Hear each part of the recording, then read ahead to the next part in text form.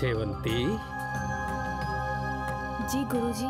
तुमने मन और हृदय से हमारी सेवा की है।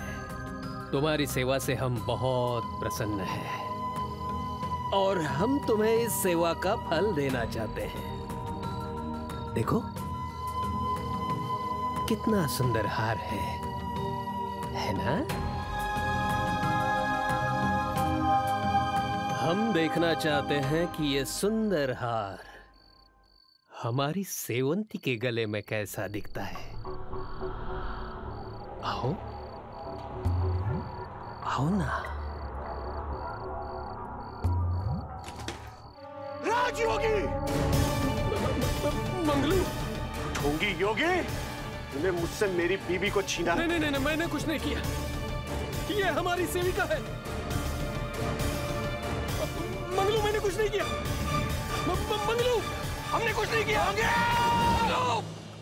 हमने कुछ नहीं किया, कुछ नहीं किया हमने। मत मारो मुझे, मत मारो मुझे। मैंने कुछ नहीं किया, कुछ नहीं किया। मत मारो मुझे।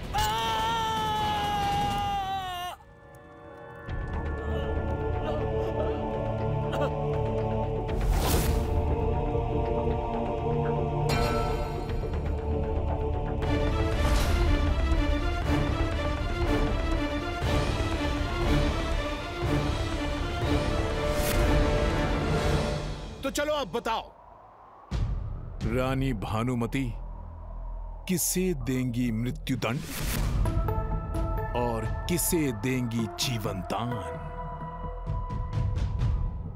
ये सच है बेटा कि मंगलू के साथ छल हुआ। उसने अपनी पत्नी खोई, अपना प्रेम खोया। उसका क्रोधित होना स्वभाव संगत था, किंतु न्याय संगत नहीं। सच तो यह है कि मंगलू ने हत्या की थी और हत्या जैसे बड़े अपराध का केवल एक ही दंड होता है, मृत्युदंड। तो तू ये कहना चाह रहा है कि रानी भानुमति को मंगलू को मृत्युदंड देना चाहिए? न्याय विधान तो यही कहता है। सेनापति,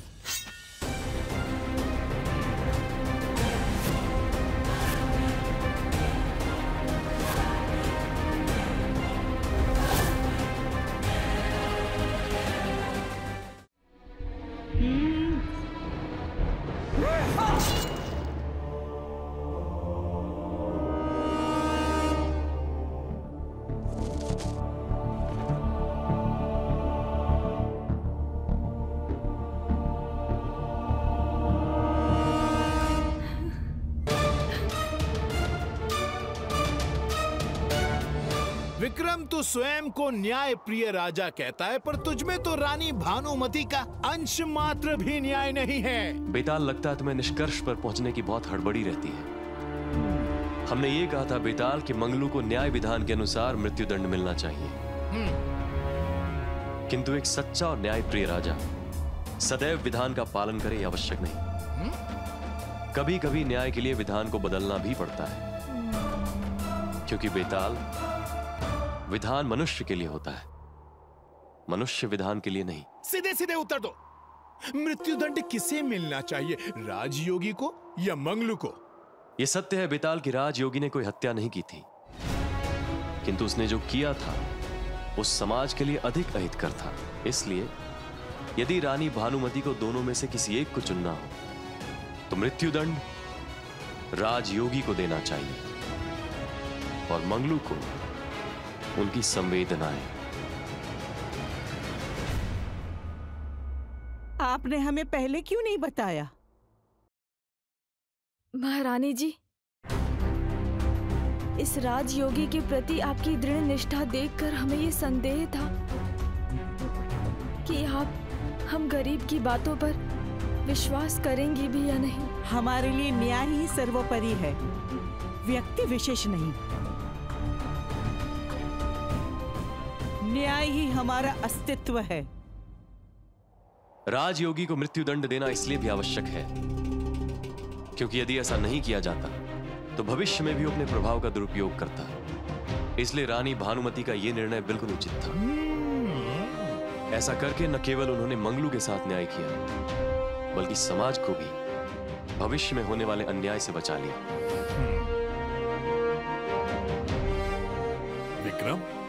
तुमने बिल्कुल सही उत्तर दिया, विद्वत्ता पूर्ण उत्तर दिया, और यही तूने गलत किया। कारण क्या है कि तू बोला टली बला ये बेताल उड़ चला। ठहर जाओ बेताल, तुम भाग नहीं सकते।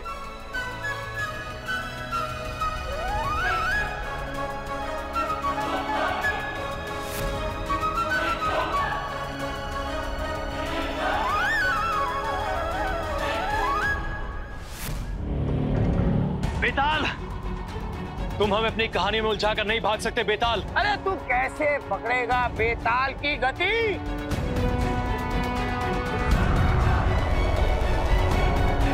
ठहर जाओ बेताल।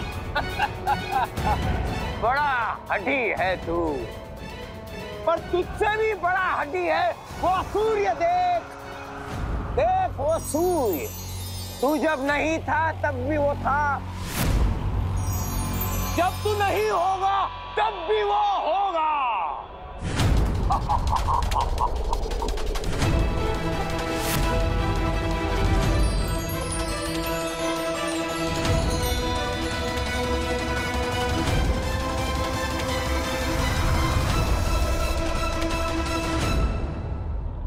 हमारी समझ में नहीं आ रहा कि ये बेताल हमें बार बार अपनी कथाओं में उलझाकर क्यों चला जाता है। हमें ये पता लगाना ही होगा कि ये कहानियां सुनाने के पीछे उसका उद्देश्य क्या है। राजन,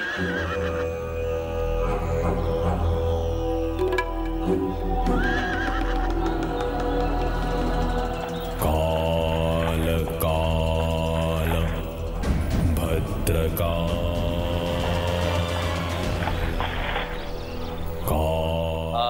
महल जाने में तुम्हें कहीं देर ना हो जाए, इसलिए मैं तुम्हारा अश्व भी यहाँ ले आया।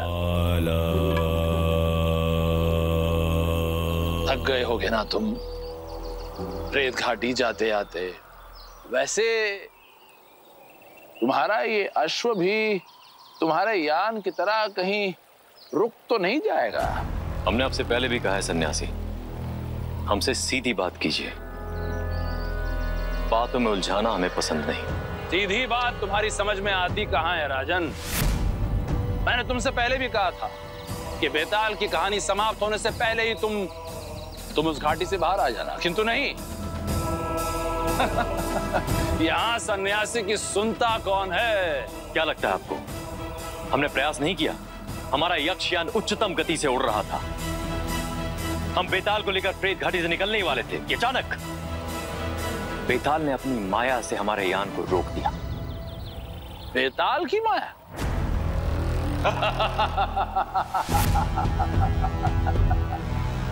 कहीं ऐसा तो नहीं राजन कि बेताल के प्रश्नों का उत्तर देने में तुम्हें आनंद मिल रहा हो? ऐसा मैंने सुना है कि यदि किसी ज्ञानी को ज्ञान बांटने का अवसर मिल जाए तो उसके लिए इससे अधिक प्रसन्नता की बात और क्या हो सकती है? आप हम पर संदेह कर रहे हैं सन्यासी? नहीं नहीं, केवल सत्य को परखने का एक छोटा सा प्रयास।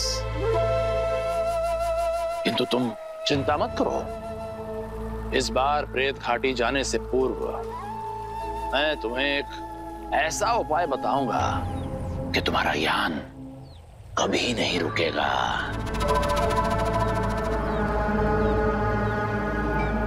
हमें सूर्यास्त की प्रतीक्षा रहेगी।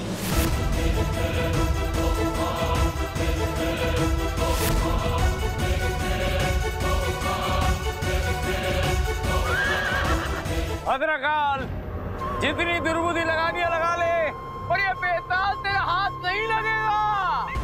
एक काम तूने बहुत अच्छा किया जो राजा विक्रम को मेरे पास भेज दिया। बड़ा गुणी है राजा विक्रम, पर थोड़ी थार की आवश्यकता है। पर तू चिंता न कर, भद्रकाल तेरा मित्र है बेताल। तेरी मृत्यु के लिए विक्रम की तलवार पर मैं लगा दूंगा।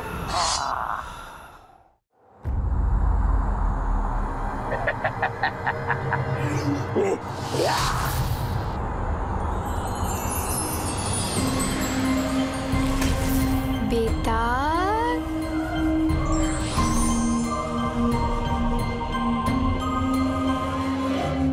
बड़बड़ी प्रेत परी फिर से आ गई। बड़ बोलेगी और मेरे मौन के आनंद को सुरसा की तरह निकल जाएगी।